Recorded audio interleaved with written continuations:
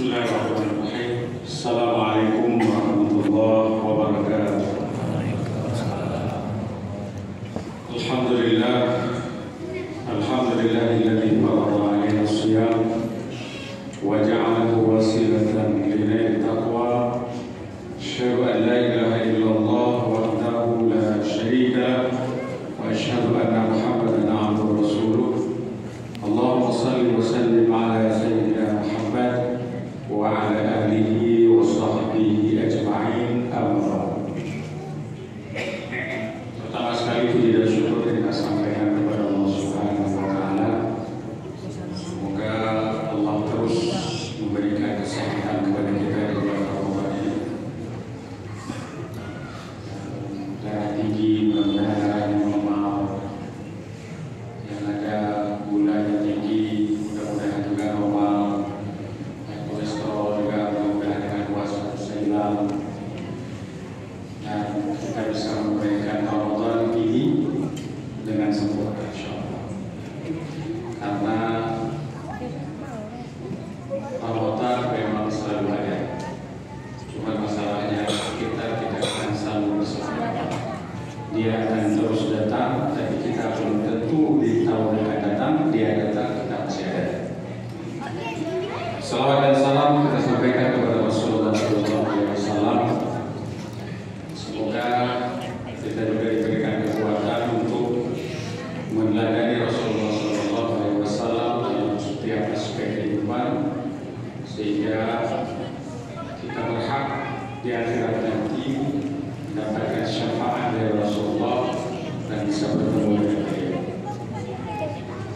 Jamaah salat Isya, tarawih dan witir yang dimuliakan oleh Allah Subhanahu wa taala. Kalau kita perhatikan ayat-ayat tentang puasa ini, minimal saja ayat 183 sampai dengan ayat 186, maka kita menemukan di situ ada 3 buah semoga, ada 3 kesemogaan. Ada yang pertama yang ada di dalam kutipan manusia dan seterusnya, ujungnya la'allakum tattaqun, agar engkau menjadi orang yang bertakwa.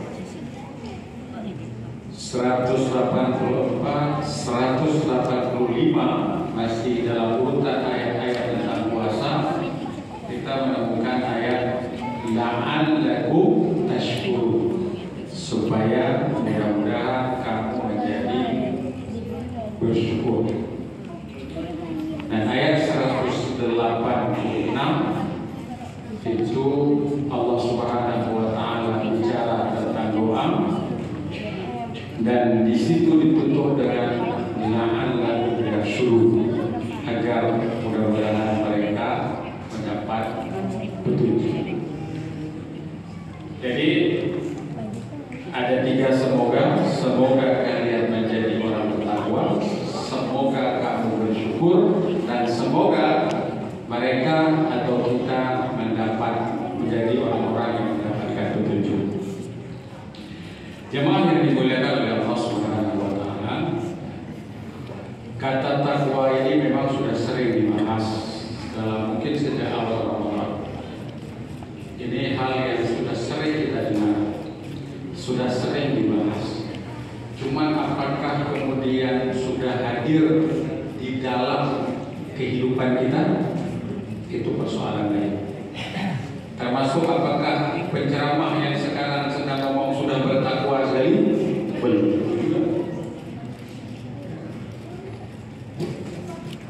Kata ketakwaan itu salah satu yang menggambarkan kata ketakwaan itu adalah kesadaran kita untuk takut berbuat salah. Jangan-jangan kemudian bisa jadi dosa. Kalau kita rame-rame di masjid seperti ini, berani nggak berbuat dosa? Tidak berani. Kalau kita berlima, berani nggak? Bisa jadi tidak berani juga. Kalau berdua, kayaknya pikir-pikir. Kalau sendiri, ada kesempatan sendiri. Berbuat salah, tapi ada untung secara duniawi. Kira-kira berani berbuat? Dan ini jadi ukuran minimal setelah kita menunaikan ibadah bulan Ramadan. Ini kita sudah berapa kali bertemu dengan Ramadan. Kira-kira nanti setelah bulan Ramadan nanti, bahkan selama ini, adakah rasa untuk takut berbuat salah? Jangankan berdua, sendiri pun tidak berani. Kenapa? Karena konsep dasar daripada orang bertakwa adalah anta'budallaha ka'annaka tarahu fa in lam takun tarahu fa innahu yarak. Kamu berbuat, kamu beribadah meskipun kamu tidak melihat Allah, tapi kita yakin Allah Subhanahu wa ta'ala melihat kita.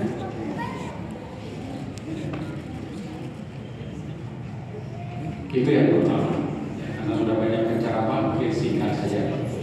Yang kedua, ada semoga yang kedua adalah la'allakum tashkurun, agar kamu menjadi orang yang bersyukur.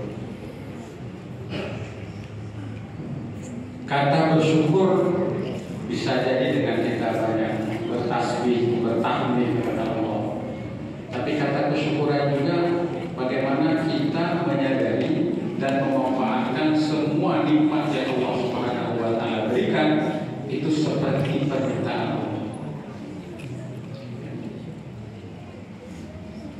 Kalau kita hanya mengejar apa yang kita belum punya, jangan-jangan kita lupa berterima kasih kepada Allah. Jadi yang diingat belum ada saja. Tapi apa yang sudah ada itu. Makanya seorang ulama besar Sufyan Ats-Tsauri itu pernah menasihati dengan bahasanya begini: "I'mal li dunyaka biqadri ma satabka fiha wa'mal li akhiratika biqadri ma satabqa fiha." Berbuatlah engkau untuk duniamu itu kira-kira dengan ukuran kita itu butuh berapa banyak untuk bisa hidup di dunia ini. Supaya hidup di dunia ini kita butuh berapa barang, berapa benda, berapa uang, berapa menteri untuk bisa hidup di dunia ini. Kalau umat dari Muhammad umurnya rata-rata 60-an tahun, kalau lebih bonus, kalau kurang diskon. Kira-kira untuk hidup sekitar 60-an tahun ini kita butuh berapa banyak materi? Kita butuh berapa banyak uang? Kita butuh berapa banyak kendaraan? Kita butuh berapa banyak kebun? Ya. Kita butuh berapa banyak? Ini untuk 60 tahun ini. Dan kata Imam Sufyan Ats-Tsauri, wa li akhiratika biqadri ma satabqa bisa biqadri ma satabqa fiha. Dan berbuatlah engkau untuk kehidupan akhiratmu itu dengan bayangan kamu akan butuh berapa lama, berapa butuh kamu kehidupan, apa materi amal saleh untuk kehidupan akhirat yang khalidina fiha abada. Kehidupan akhirat itu kekal. Betapa banyak ada orang sibuk mengumpulkan harta, persiapan ini, persiapan itu, dengan harapan ini untuk masa tua. Beli ini, beli itu apa dibuat, ini untuk masa tua saya. Tapi tidak sedikit juga orang yang belum masa tua dia sudah meninggal. Masa tua belum pasti, tapi meninggal pasti. Ini kan kita ini sudah tervonis mati semuanya. Cuma persoalannya eksekusinya yang kita belum.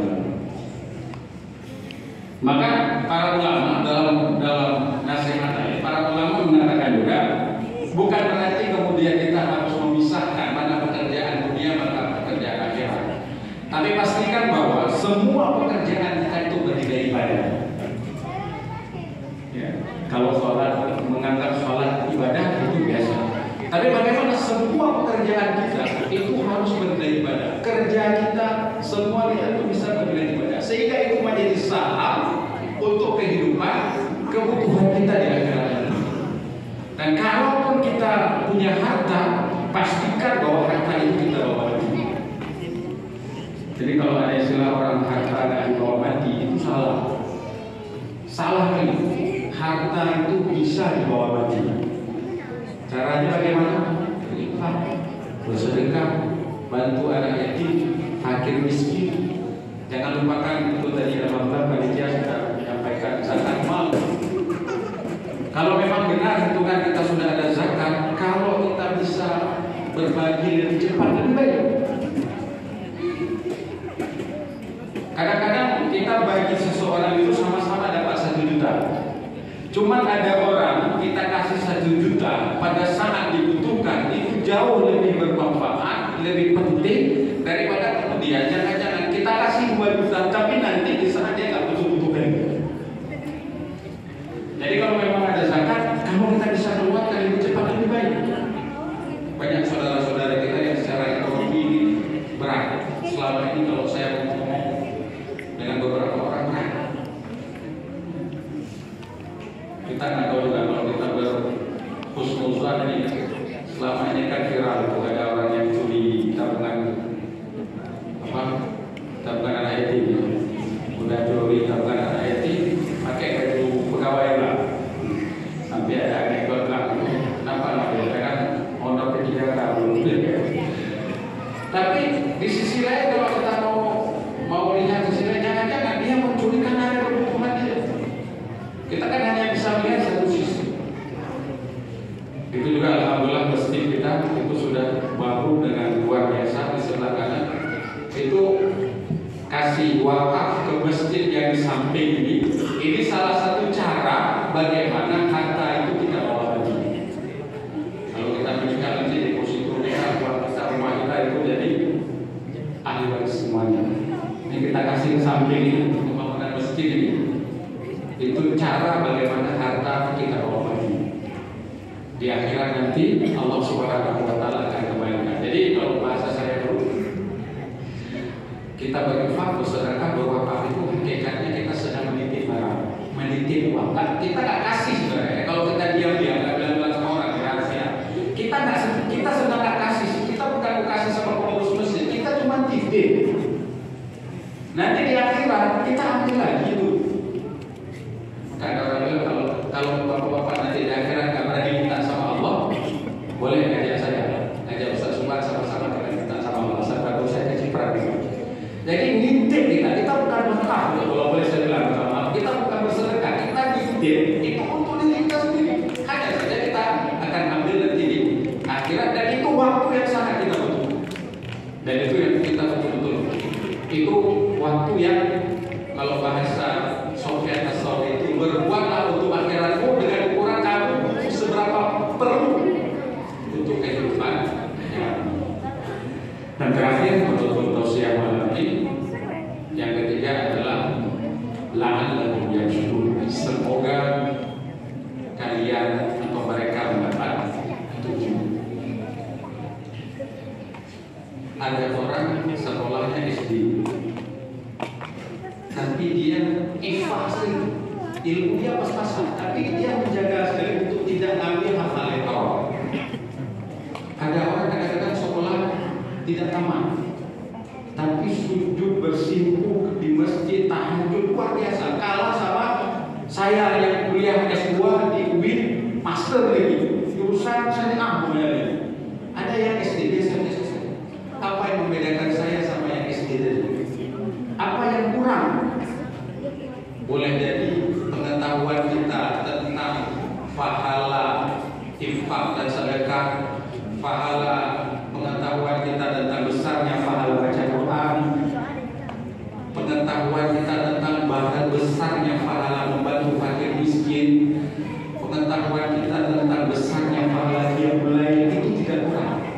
Tetapi apa yang menyebabkan kita tidak tergerak melakukannya atau tergerak tapi belum maksimal? Satu, karena hidayah.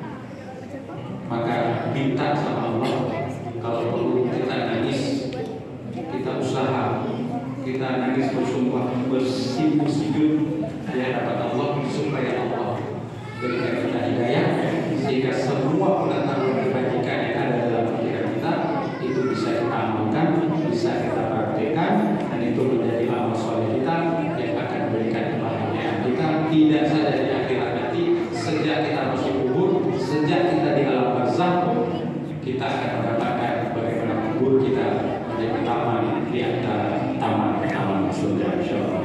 Subhanallah wa bihamdihi, asyhadu an la ilaha illa anta, astaghfiruka